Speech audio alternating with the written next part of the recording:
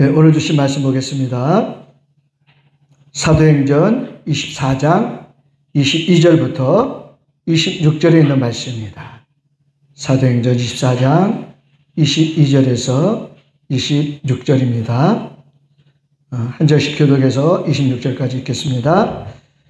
22절, 벨릭스가 이 도에 관한 것을 더 자세히 아는 거로 연기하여 이르되 천부장 루시아가 내려오거든 너희를 처결하리라 하고, 국장에게 명하여 바울을 시키되 자유를 주고 그의 친구들이 그를 돌보아 죽는 것을 금하지 말라 하니라. 수일 후에 벨릭스가 그 안에 유대 여자 드루실라와 함께 와서 바울을 불러 그리스도 예수 믿는 도를 듣거늘 바울이 의와 절제와 장차하는 심판을 강론하니 벨릭스가 두려워하여 대답하되 지금은 가라. 내가 틈이 있으면 너를 부르리라 하고 같이요. 동시에 또 바울에게서 돈을 받을까 더 자주 불러 같이 이야기하더라. 아멘. 오늘은 본문 말씀을 가지고 예수 믿는 도를 듣거늘 이라는 제목으로 우리 함께 은혜 받길 원합니다. 우리가 사도 바울의 고백을 보면, 그냥 그 사역들을 보면, 참 어려움도 많이 당하고 또 억울한 일도 참 많이 당했던 것 같아요. 억울하게 누명도 쓰고 매도 맞고 감옥에 갇히기도 하고, 그러면서 사실 우리 같으면 그렇게 억울한 일 당하면 그냥 포기도 하고 그냥 막, 때로는 일으키기도 하고 막 이럴 텐데, 그러지 않고 끝까지 주의 사명이 있기 때문에, 주님께서 맡겨주신 사명이 있기 때문에 그것을 끝까지 감당했던 그 모습들은 참 본받아야 되겠다라는 생각이 들기도 합니다. 사도 바울이 계속 이렇게 억울한 일을 오늘 본문에도 굉장히 억울한 일을 당하는 장면이거든요. 이렇게 억울한 일들을 당하는 거 보면 상대방이 자기의 권력이나 자기의 세습이나 또는 자기 명예, 돈 이런 것들 때문에 억울하게 죄를 뒤집어 씌우는 장면들이 참 많이 나옵니다. 그러니까 우리도 마찬가지예요. 세상에서 억울한 일을 당한다 그러면 상대방이 나를 억울하게 하고 나를 누명을 씌우는 것들은 그 사람이 뭔가를 얻기 위해서 권력을 얻든 명예를 얻든 어떤 세력을 얻든 돈을 얻든 이런 걸 얻기 위해서 우리에게 뒤집어 씌우는 거잖아요. 나에게 뒤집어 씌우는 거잖아요. 사도 바울도 오늘 똑같은 일을 당하고 있습니다. 오늘 본문에서 읽지 않았지만 사도행전 오늘 22절부터 읽었잖아요. 1절부터 한번 보면 이 사건이 어떻게 시작되는지 보여드릴게요. 1절, 2절, 3절을 제가 보겠습니다. 닷새 후에 대제사장 아나니아가 어떤 장로들과 한 변호사 도둘로와 함께 내려와서 총독 앞에서 바울을 고발하니라. 바울을 부르매 도둘로가 고발하여 이르되 벨릭스 각하여 우리가 당신을 힘입어 태평을 누리고 또 이 민족이 당신의 선견으로 말미암아 여러 가지로 개선된 것을 우리가 어느 모양이로나 어느 곳에서나 크게 감사하나이다. 오늘 1절에서 3절까지 이제 이 사건의 배경, 이제 시작되는 부분이 나오는데, 오늘 그 1절부터 3절을 보면 세 사람이 나와요. 세 사람 한번 볼게요. 첫 번째는 누구예요? 대제사장 아나니아. 대제사장 뭐 하는 사람이에요? 이 사람은 예배를 집례하고 제사를 통해서 그들이 믿음으로 살아가게끔 만들어주는, 그리고 그들의 죄를 사하기 위해서 함께 제사를 드려주는, 그러니까 믿음으로 살게 하고 그 사람들을 하나님 잘 섬기도록 도와줘야 될 이런 사람이 유대인들과 한패가 되어서 지금 아무 죄도 없는 바울을 끌어다가 지금 데리고 온 거예요. 잡아온 거예요. 이게 대제사장 아나니아. 그 다음에 이 대제사장 아나니아가 장로들과 함께 누구를 또 데려왔냐면 도둘로라는 사람인데, 이 사람의 직업은 변호사였어요. 아마 지금으로 보면 좀 명성이 높은 그런 변호사일 수도 있어요. 근데 이 사람을 데리고 와서, 이 사람이 그러니까 쉽게 말하면 지금 재판으로 보면 원고 측 변호인이 되어서 지금 재판장 앞에 서는 거예요. 근데 이 재판을 지금 담당하고 있는 사람이 총독이라는 사람이에요. 그죠? 일단은 로마의 지배를 받고 있었기 때문에 로마에서 이렇게 지정해주고 보내준 유대에 세워준 총독이에요. 유대를 다스리게끔 로마에서 이렇게 지정해준 사람이죠. 쉽게 말하면. 그러니까 이 총독의 이름이 뭐냐면 3절에 나오죠. 벨릭스가 가야가 나오죠. 그러니까 벨릭스라는 사람, 아나니아, 도둘로, 벨릭스, 요 세 사람이 지금 주 인물이지만 그 뒤에는 많은 유대인들이 지금 배경에 있어요. 배경. 유대인들이 배경에 있고 이 세 사람들이 좀 주동자가 되어서 바울을 재판하기 위해서 좀 모인 겁니다. 근데 이 재판이 그냥 끝나지 않고 계속 2년 동안을 질질 끌면서 지금 감옥에 가둬둬요.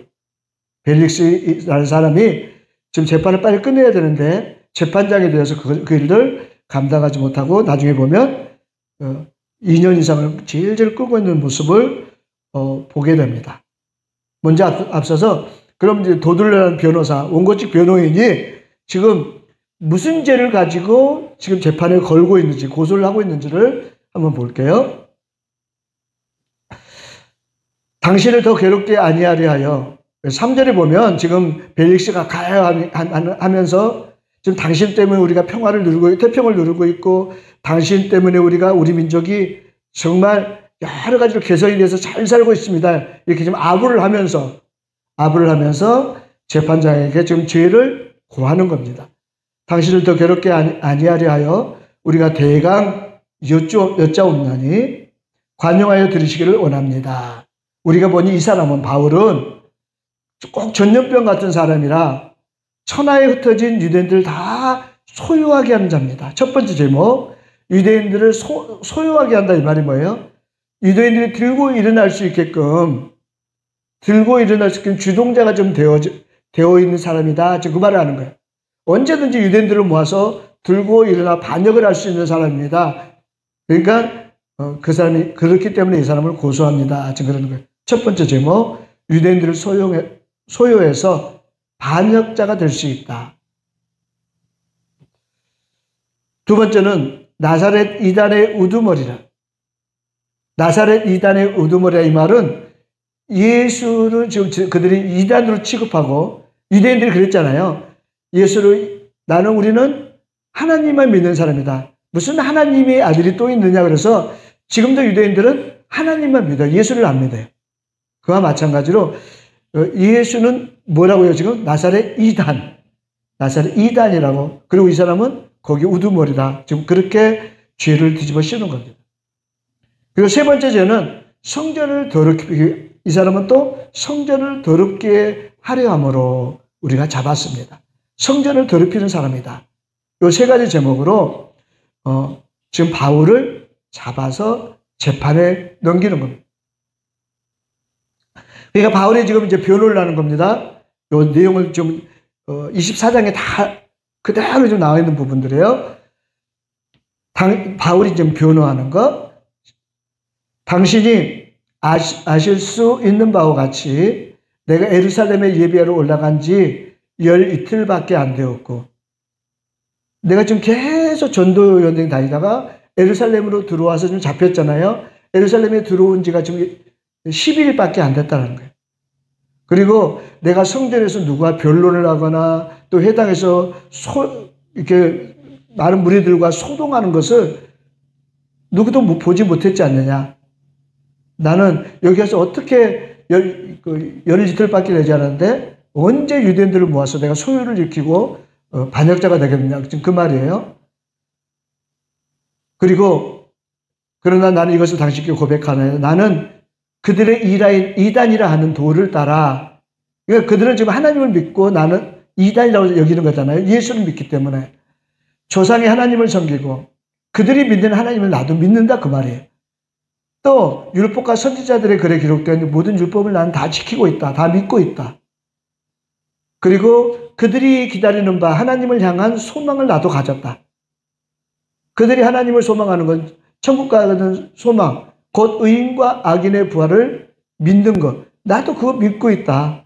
내가 무슨 이단의 우두머리냐 지금 그렇게 변명하고 있는 장면입니다. 그리고 또 성전을 더럽혔다는 것에 대해서 내가 여러 해 만에 내 민족을 구제할 재물들을 가지고 왔고 내가 드리는 예배, 그 예배는 내가 결례를 행하였고, 여기 결례는 우리가 잘못하면 잘못된 우리 신뢰를 행했다 뭐 이렇게 생각할 수 있잖아요. 여기 결례는 내가 법에 따라서 아주 신성하게 예배했다 그 말이에요. 모임도 없었고 소동도 없고 성전에 있는 것을 그들이 다 보았지 않느냐. 지금 이렇게 변호를 하고 있는 장면입니다. 그런데 문제는 벨릭스가 문제예요. 벨릭스가 그것을 다 듣고 이 도에 관한 것을 내가 그것을 더 자세히 아는 거로. 그러니까 벨릭스는 지금 바울이 얘기하는 도를 다 알고 있는 거예요. 그런데 재판을 연기하는 거예요. 재판을 왜 연기했나가 이제 그 다음에 나오잖아요. 연기하여 이르되 천부장 루시아가 내려오거든 그때 너희를 처결하라. 그러면서 수일 후에 벨릭스가 그 안에 유대 여자 드루실라와 함께 와서 바울을 불러 그리스도 예수 믿는 도를 듣거늘 바울이 의와 절제와 장차오는 심판을 강론하되 벨릭스가 두려워하여 대답하되 지금은 가라 내가 틈이 있으면 너를 부르리라 하고 26절에 같이요 시작 동시에 또 바울에게서 돈을 받을까 바라는 거로 더 자주 불러 같이 이야기하더라. 지금 바울이 도를 전했잖아요. 무슨 도를 전했냐면 예수 그리스도를 믿는 도예요. 예수 그리스도를 믿는 도라는 것은 우리가 예수님을 믿는다는 게 무엇인지를 무엇을 믿는 것인지 예수님을 믿는다는 그 믿음의 도를 가르쳐 주는 거예요. 믿음의 방법 그리고 믿음으로 행해야 될 것 이것을 가르쳐 줬는데 그것을 듣고는 계속 불러요. 또 부르고 또 부르고 했어요. 그런데 그 부른 이유가 뭐라고요? 돈을 받을까? 그러니까 돈 때문에 지금 계속 이러는 거죠. 그러니까 오늘 세 사람을 보면 그런 모습이에요. 대제사장 아나니아는 지금 유대인들에게 자기가 대제사장 직분을 끝까지 유지하기 위해서 자기 세력을 놓치지 않기 위해서 그리고 변호사는 어떻게 하면 여기서 또 자기 명성이 높아지고 내가 이 사건을 내가 해결해서 명성이 높아지고 또 돈을 얻을까? 아나니아도 마찬가지. 돈을 받을까? 그리고 유대인들의 관심을 더 얻을까? 이것들이에요. 그러니까 이렇게 우리가 억울한 일을 당하고 우리가 바울처럼 이렇게 복음을 전하다가 고난을 당할 때 우리가 어떤 모습으로 어떻게 예수 그리스도를 믿는 도를 지켜야 할지를 오늘 바울이 가르쳐준 예수 믿는 도를 우리가 정확히 알아서 우리가 그 도를 지키고 나가야 우리 끝까지 승리할 수 있다는 거예요. 사도 바울이 여기 넘어가지 않았잖아요. 끝까지 승리하고 예수님의 도를 지켜서 복음을 전했던 것을 우리가 볼 수 있습니다. 그럼 오늘 사도 바울이 우리에게 가르쳐준 예수 그리스도를 믿는 도 거기에 대해서 한번 살펴보려고 합니다. 지금 어떤 상황에서도 이 도를 버리지 않겠다는 지금 사도 바울의 의지가 있는 거예요.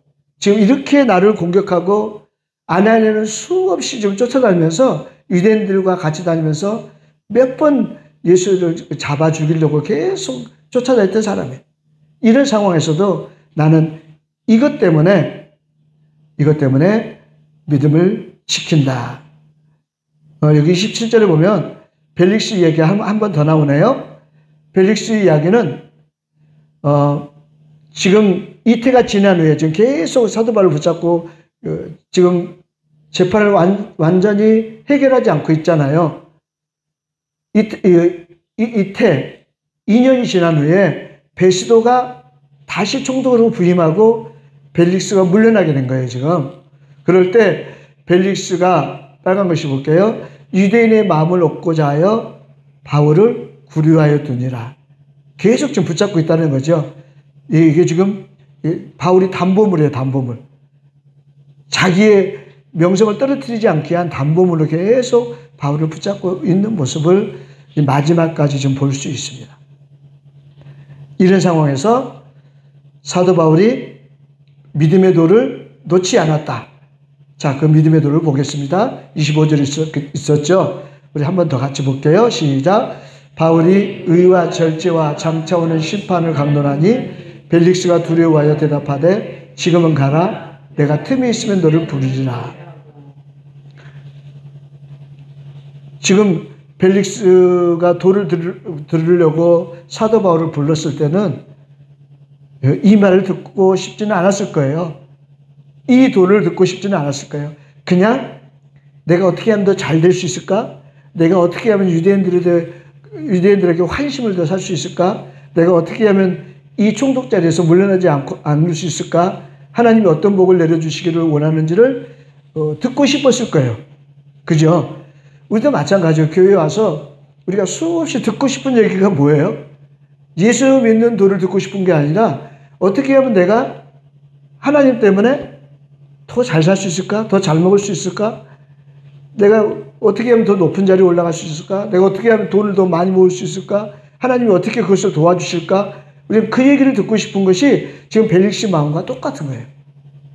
그런데 그것을 가르쳐주지 않고 온전한 예수 믿는 도를, 무엇이 예수 믿는 도인지를 확실하게 가르쳐주는 거예요. 그러니까 벨릭스가 그 말에 지금 두려워하고, 그런데 계속 놓지 못하는 이유는 돈 때문에, 그리고 계속 담보물로 붙잡고 있어야 되기 때문에 지금 사도 바울을 붙잡고 있는 모습인 겁니다. 그런데 사도 바울은 그 상황에 개의치 않고 이 말을 전했을 때 오히려 상황이 더 악해질 수도 있어요. 그런데 그것을 연념하지 않고 하나님 예수 그리스도 믿는 도를 확실하게 전했다. 첫 번째가 뭐예요? 이 의를 정확히 모르면요, 하나님의 의를 우리가 행해야 되는데 자꾸 교회에 와서도 자기 의를 행하는 사람이 너무 많아요. 교회에 와서도 내가 헌금 많이 한 걸 다른 사람이 알아주길 원하고, 내가 일 열심히 하는 걸 다른 사람이 아주 막 이렇게 또 높여주고 존경해주길 원하고, 그러므로 말미암아 전부 나타난 것은 뭐냐면 예수 안에 그 교회 안에 들어와서도 전부 자기 의만 드러내기 때문에 문제가 된다는 거예요. 그래서 교회에 문제들이 자꾸 생기는 거예요. 믿는 사람이 세상에 나가서도 제일 보기 싫은 게 뭐냐면 다 자기 의를 내세워서 자기가 높아지려고 하는 부분들이 보이면 하나님이 보이질 않아요. 그러니까 세상에서도 인정받지 못하고 다 저 사람 예수 믿는다는데 왜 저래? 이런 소리를 들을 수밖에 없는 거예요. 이게 뭐 때문에 일어나는 거냐면 의 때문에 일어나는 거예요. 자기 의. 우리는 하나님을 믿는 사람이기 때문에 우리 모든 삶 속에서 하나님의 의, 예수 그리스도의 의가 나타나야 됩니다. 그러니까 예수님이 보여져야 된다는 거예요. 하나님이 보여져야 되는데 나만 보여지기 때문에 이게 문제가 된다는 거예요. 이거는 예수님을 믿는 도에서 어긋나는 거예요. 그 예수님을 쉽게 말하면 잘못 믿고 있는 거예요.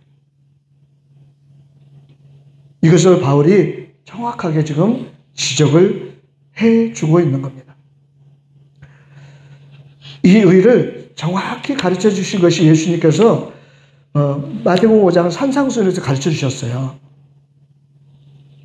5장 20절에 보면 내가 너희에게 이르노니 너희 의가 서기관과 바리새인보다 더 낫지 않으면, 더 좋지 않으면 이 말이죠. 넌 결코 천국에 들어가지 못한다. 이 의로 천국에 들어가지 못한다가 결정이 된다는 거예요. 그러면 바리새인과 서기관들보다 더 나은 의가 뭐지? 라고 우리가 생각할 수 있잖아요. 어떤 의가 서기관과 바리새인보다 더 나은 의인가? 지금 마태복음 5장에 이 말씀을 하시고 그 다음에 6장으로 바로 넘어가면서 이 말씀을 하셔요. 6장 1절 우리 같이 한번 읽어볼게요. 시작. 사람에게 보이려고 그들 앞에서 너희 의를 행하지 않도록 주의하라. 그리하지 아니하면 하늘에 계신 너희 아버지께 상을 받지 못하느니라.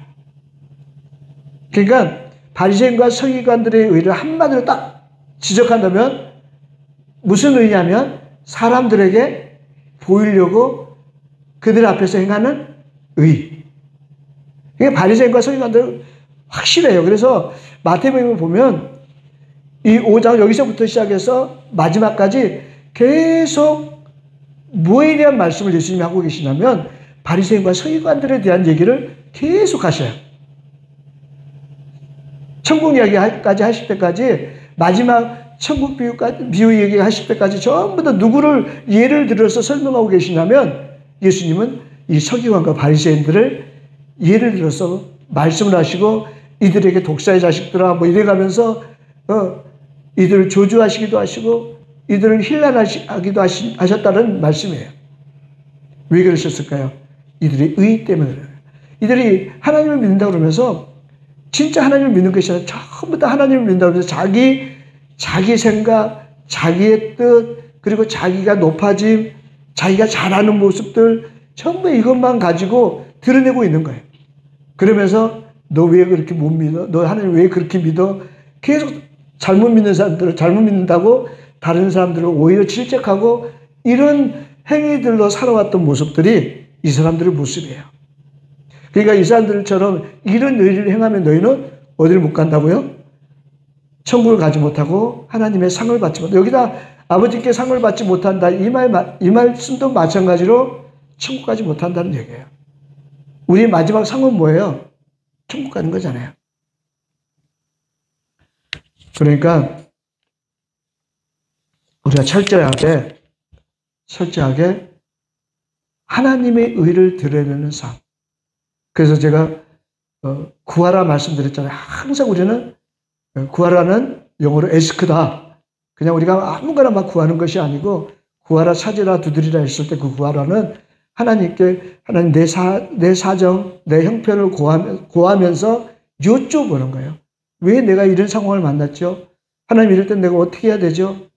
그래야 하나님께 항상 여쭤보고 하나님이 원하시는 답을 내가 찾아야 우리가 하나님의 의를 행하고 살 수 있는 거예요.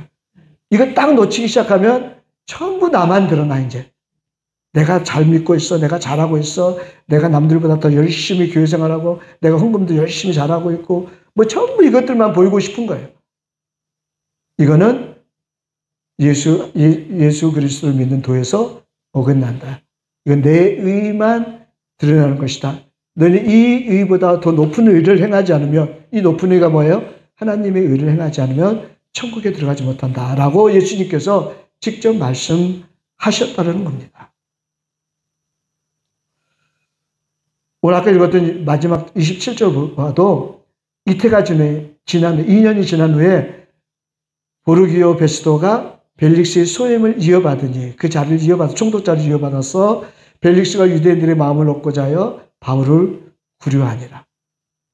그 벨릭스의 지금 마음속에 뭐가 있었을까요? 지금 유대 총독으로 왔어요. 옛날에 우리 일제시대도 똑같아요. 그때의 모습과 똑같을 거예요. 유대 총독으로 왔는데 유대인이에요. 근데 누구의 지정을 받아서 왔어요, 지금? 로마에서 허락해서 로마에서 세운 사람이잖아요. 우리 옛날에 일본에서 세워서 우리 그 지도자를 세웠잖아요. 그거가 똑같은 거예요. 그걸 다스릴 수 있도록, 그 마을을 다스릴 수 있도록, 그 도시를 다스릴 수 있도록, 그리고 지금 그 지배국의 승인을 받아서 서 있는 사람이에요. 그러니까 이 사람은 제일 중요한 게 뭐냐면 같은 유대인들의 도움을 얻어야 돼. 마음을 얻어야 돼. 거기에만 목적이 있는 거예요. 그러니까 이건 뭐냐면 사람들에게만 지금 보이려고 하는 모습이 너무 많은 거예요. 그러니까 하나님의 의가 전혀 드러나지 않는 사람. 아까 돈을 알고 더 많이 알고 있다고 그런 부분 나왔었죠. 이 사람 돈을 알아. 하나님 율법도 다 알아.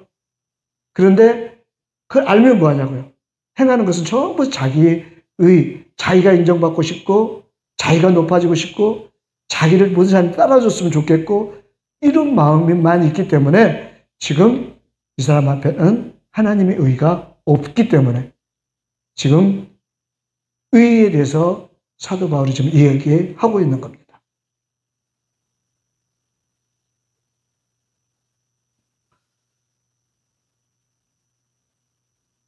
24장 16절을 보니까 오늘 보면 이것으로 말미암아 나도 하나님과 사람에 대해 항상 양심의 꺼리낌이 없기를 힘쓰나이다. 지금 사도 바울이 지금 변호를 했잖아요. 자기 변호를 했잖아요. 저쪽에서 자꾸 죄를 지적하고 고소를 하니까 자기 변호를 하면서 이 얘기를 해요. 나는 하나님과 사람들 앞에서 항상 양심의 꺼리낌이 없기를 힘씁니다. 이렇게 지금 자기를 변호하고 있는 거예요. 근데 여기에 양심이란 얘기가 지금 헬라어로 시네이테이스라는 얘기인데 그 어원이 시네이도예요. 시네이도라는 어원에서 나온 말이에요. 근데 이 양심이란 말의 어원이 뭐냐면 함께 보다 이 얘기예요. 함께 보다. 그러니까 내가 양심 있게 산다 그러면서 자기 혼자 내가 나를 보아서 양심 있게 사는 거는 그건 양심이 아니에요. 이게 무슨 말이냐면 하나님 앞에서 내가 양심이 있다 그러면 하나님이 나를 보실 때 그리고 내가 나를 볼 때 함께 볼 때 이게 진짜 양심이 있는 거예요. 또 사람에 대해서도 양심이 있다 그랬잖아요. 그럼 저 사람이 나를 보기에도 또 내가 나를 보기에도 이게 함께 보는 거예요. 함께 보는 거예요. 그러니까 나 혼자 내가 잘하고 있다, 내가 의의가 있다, 내가 양심이 있다, 나 혼자만 그렇게 생각하고 사는 사람은 이 사람은 어느 편에서도 인정받지 못합니다. 그러니까 하나님 편에서 내 의의를 인정해 주시고 내가 그 일을 행하는 거예요. 같이 보는 거예요. 같이. 그러니까 저 사람 앞에 내가 양심이 있다가 아무리 떠들어도 저 사람이 나를 인정 안 해주면 그 양심이 없는 거잖아요. 그거 똑같은 거예요. 자기 혼자 의로우는 것은 이건 결국은 누구 앞에도 인정이 되지 않는다라는 사실입니다. 디모데전서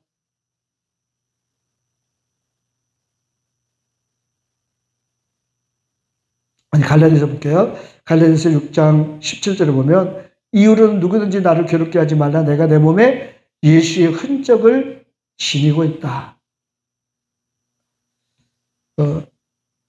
디모데전서 4장 2절에 보면 거짓 교사들을 향해서 지금 뭐라고 선포하고 있냐면 너희들은 양심에 화인 맞았다 그래요. 이 말 많이 들어봤죠? 양심에 우리 화인 맞았다.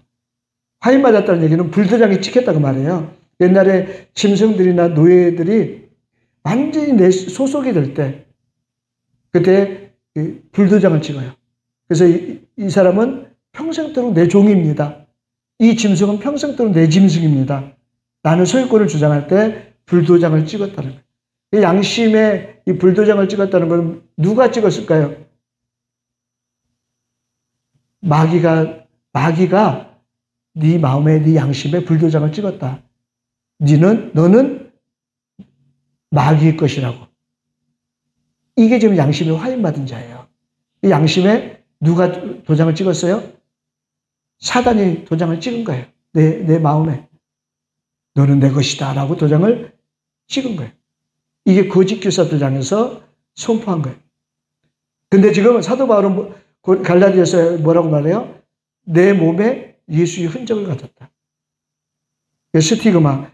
이것도 똑같이 내 몸에 예수의 표를 받았다 그 말이에요. 도장을 받았다. 나는 예수님 거라고 예수님께서 나에게 도장을 찍어주었다. 이 말이 그냥 똑같은 거예요. 일을 받았다 그 말이에요. 우리는 항상 예수님께 도장을 받는, 인정을 받는, 뭐를 인정받아야 돼? 내 의의를. 그러니까 나를 나타내는 의가 아니라 내 안에서 항상 예수 그리스도가 나타나는 이 삶을 살았다라는 고백이에요. 이 말씀이. 내 몸에 예수 그리스도의 흔적이 있으니 너희는 나를 괴롭힐 수 없다. 지금 말이에요.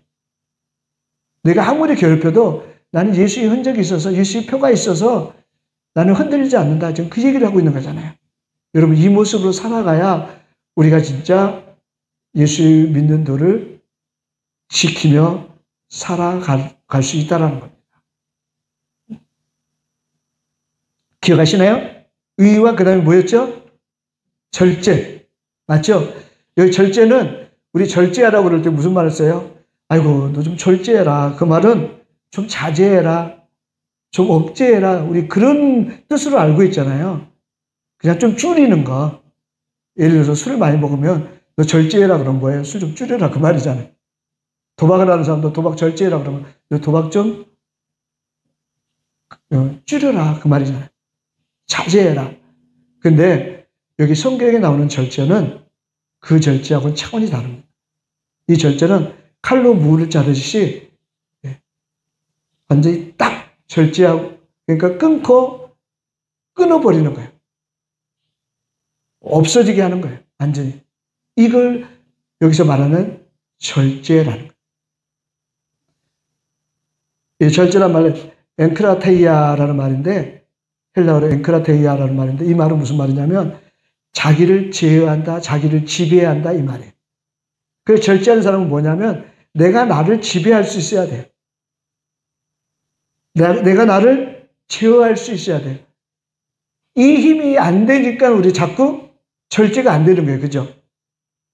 내가 나를 지배하게 도와주옵소서. 나를 제어할 수 있는 능력이 있어야 돼요. 이걸 말하는 거예요. 특별히 우리 하나님을 믿는 사람들은 하나님을 믿는 복음 앞에서 내가 하나님을 믿는 내 영적인 상태에서 내 영적으로 내 영을 죽여가고 내 영을 잠들게 하고 이런 모든 상황들을 확실하게 잘라버리고 확실하게 버릴 수 있는 이 사람이 되어져야 된다는 것을 분명히 말씀하고 있습니다. 왜냐하면 그것이 되어지지 않으면 우리 영이 죽기 때문에 그래요. 우리 영이 죽기 때문에 내 영을 죽이는 그런 상황들이 왔을 때 그 상황들을 완전하게 제어할 수 있는 그런 마음들이 내게 있어야 된다는 겁니다. 고린도전서 9장 25절 보면 이기기를 다투는 자마다 모든 일에 절제하나니 그들은 썩을 승리자의 관을 얻고자 하되 우리는 썩지 아니할 것을 얻고자 하노라. 그래서 세상에 썩어져 없어질 그 면류관 하나 받으려고 여러분 운동선수들 보세요. 그 면류관을 받기 위해 준비하는 그 기간 동안 그들은 철저하게 절제합니다. 안 할 걸 완전히 잘라버리고 알죠? 그죠? 그렇게 해야 그들이 면류관을 얻을 수 있어요. 근데 그들이 얻는 면류관들은 그것으로 천국 가는 면류관이 아니에요. 썩어질 면류관이라고 지금 말하고 있잖아요.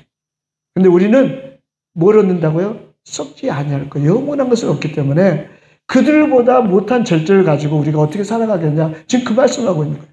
우리 절제가 그들보다 못하면 되겠느냐라고 지금 말씀하고 있는 거예요. 우리 영적인 상황 앞에서 확실한 절제가 있어져야 예수님을 온전히 믿는 도에 들어갈 수 있다는 겁니다.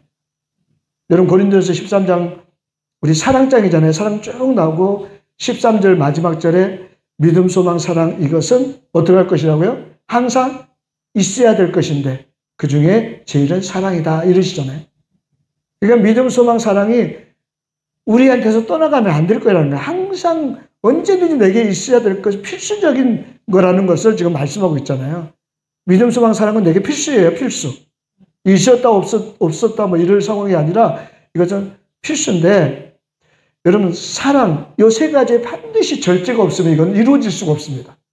이 세 가지가 사랑 절제 없으면 이루어질까요? 안 돼요. 이제 육신적인 사랑에도 한 남자는 한 여자를 사랑하기 위해서 다른 여자들을 절제해야 돼요, 안 해야 돼요? 해야 되죠. 한 여자는 다른 한 남자를 사랑하기 위해서 다른 남자를 다 절제해야 되는, 잘라야 되는 거예요. 이게 온전한 사랑을 이루는 거예요. 우리가 하나님을 믿는 것도, 하나님을 사랑하는 것도 마찬가지예요. 우리가 하나님만 사랑해야지 이것도 사랑하고 저것도 사랑하고 이 신도 사랑하고 저거 믿는 것도 내가 사랑하고 저것도 사랑하고 이것으로는 하나님의 사랑을 이룰 수가 없다는 거예요. 그래서 하나님의 사랑은 하나 되는 거예요. 하나 되는 거. 내가 한 마음 되는 거. 오직 하나님만. 이게 되어져야 이게 온전한 사랑이에요. 이 땅에서 이루어진 사랑도 마찬가지고 하나님과의 사랑에도 마찬가지고 우리는 온전한 절제가 이루어지지 않으면 잘라버리지 않으면 우리는 온전한 사랑이 될 수 없다. 믿음도 마찬가지예요. 믿음도 우리 하나님만 믿어야지. 이것도 믿고 저것도 믿고 돈도 믿고 다른 사람도 믿고 내가 필요할 때 급하면 저 사람도 믿고 내가 필요할 때 이 돈도 믿고 우리가 하나님을 믿는다고 그러면서 세상에 믿는 것들이 너무 많아. 세상에 믿고 오지 않은 것들이 너무 많아요. 근데 우리 진짜 믿음 안에 설려면 그것들은 내게 필요한 거긴 하지만 사람도 필요하고 돈도 필요하고 세상 모든 거 필요한 거지만 우리의 믿음의 결국은 하나님 앞에 꽂혀 있어야 돼요. 하나님이 그 상황들을 다 풀어줄 수 있다는 것을 하나님 앞에 온전히 믿음을 가지고 하나님을 붙잡아야 이게 온전한 믿음이에요. 근데 하나님보다 그걸 더 믿어. 벌써 급한 일 생기면 하나님보다 사람을 더 믿어. 그래서 우리 무슨 사람부터 찾아가잖아요. 우리 모든 상황에서 믿음도 하나 돼야 돼요. 오직 하나님 앞으로 하나 되는 거. 이게 절제인 거예요, 절제. 이 절제가 되어져야 이 상황이 돼요. 소망도 마찬가지. 믿음, 소망, 사랑. 소망도 오직 하나님 앞에 한 마음으로 하나님을 바라는 소망이 있어야 돼요.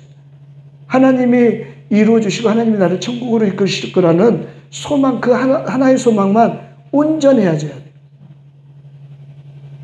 우리 세상에 바라는 것들이 너무 많아. 이것도 하고 싶고 저것도 하고 싶고. 그죠? 우리 그것들에 끌려가서 하나님을 잃어버릴 때가 많다라는 겁니다. 우리 이런 것들이 온전하게 절제를 통해서 하나 되어져야, 한 마음이 되어져야 우리가 주님 앞에 설 수 있다는 것을 말씀하고 있는 거예요. 이게 절제를 지금 얘기하고 있는 겁니다. 절제 내가 이거 줄인다는 것은 아직도 남아있다는 거잖아요. 이거 조금, 내도 이것만큼 가지고 하나님은 이만큼 섬기면 되겠지. 하나님은 이만큼 믿으면 되겠지. 하나님은 이만큼 살아가면 되겠지. 다른 거 이만큼 살아가고 있으면서. 이거 적으니까 괜찮을 거야. 이거 아니라는 거예요. 한 마음으로 온전히 다른 것을 절제하고 잘라버리고 하나로 나갈 수 있기를 주님의 축복합니다.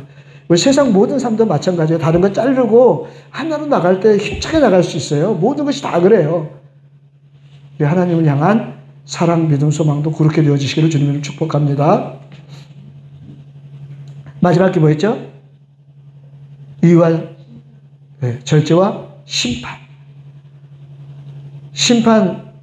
우리가 이 심판을 믿지 않으면 의도 이루어지지 않고요. 절제도 이루어지지 않아요.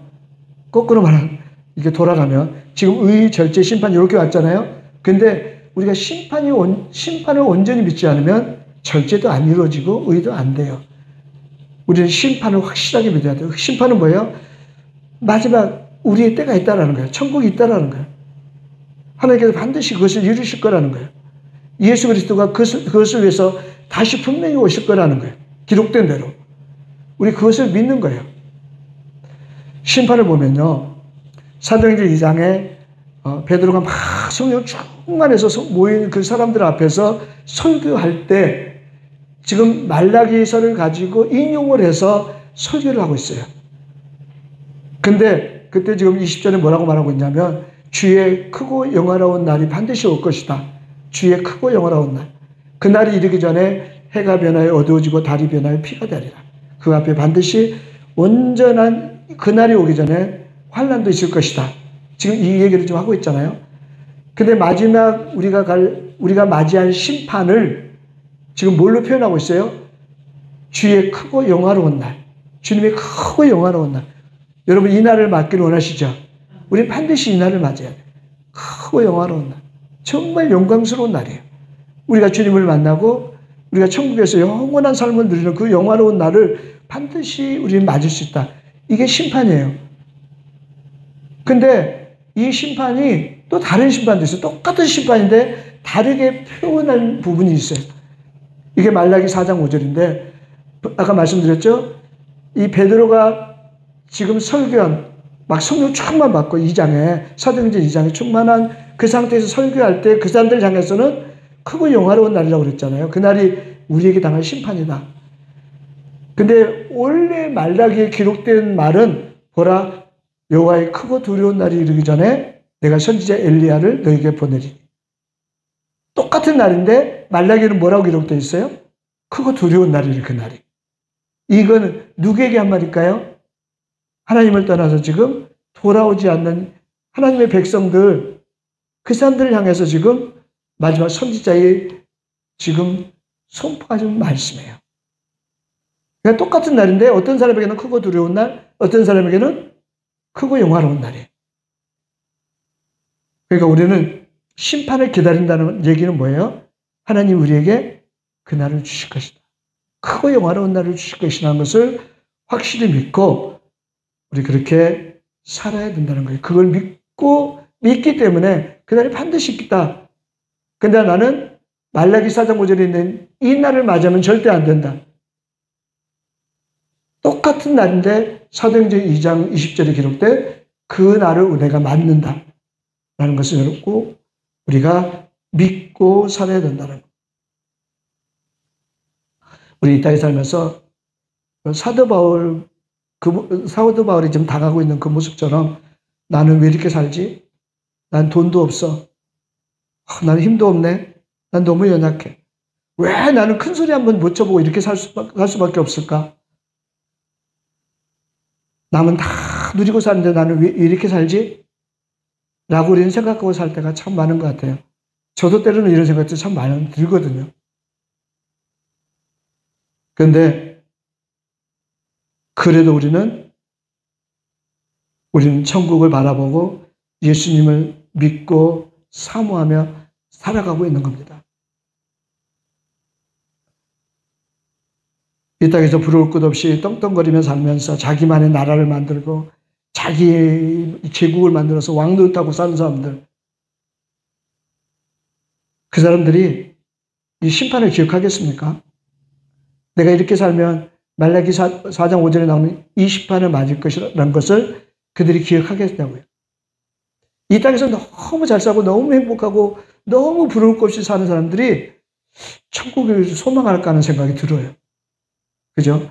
그러니까 우리는 나는 왜 이렇게 살지라고 생각하면서 그래도 생각하면서 살더라도 우리는 그렇기 때문에 하나님께서 나를 붙잡고 계신다. 그렇기 때문에 내가 하나님을 더 붙잡을 수 있다. 내가 더 큰 소망을 붙잡을 수 있다는 것을 우리 기억하며 살아야 됩니다. 우리 그러니까 사도 바울처럼 아무 염려 없어요. 지금 막 이렇게 사람들이 막 무더기 지어서 나를 잡아 죽이려고 저렇게 애를 써도 나는 예수 믿는 도를 지키며 나가겠습니다 하는 거잖아요, 지금. 그와 똑같이 우리에게 어떤 상황이 닥쳐도 나는 왜 이렇게 살지라고 낙심하지 말고 이 모습 때문에 내가 하나님을 더 크게 붙잡을 수 있구나. 나는 여러분 그런 희망을 가지고 여러분 살아가시기를 주님의 이름으로 축복합니다. 아까 읽었던 24장 16절 한 번만 더 우리 같이 읽고 마치겠습니다. 시작. 이것으로 말미암아 나도 하나님과 사람에 대하여 항상 양심의 거리낌이 없기를 힘쓰나이다. 예, 이 말 무슨 말인지 알죠? 내가 하나님의 의를 드러내고 하나님이 내 그 모습을 바라보시고, 그러니까 나와 하나님이 항상 함께 보는 양심, 귀한 마음, 그 사람들과 내가 함께 보는, 같이 봐도 확실한 의, 하나님이 드러나는 그 의, 이런 모습으로 우리가 살 수만 있다면 우리는 반드시 승리자입니다. 할렐루야. 우리는 승리자입니다. 우리는 크고 영화로운 날을 반드시 만날 수 있습니다.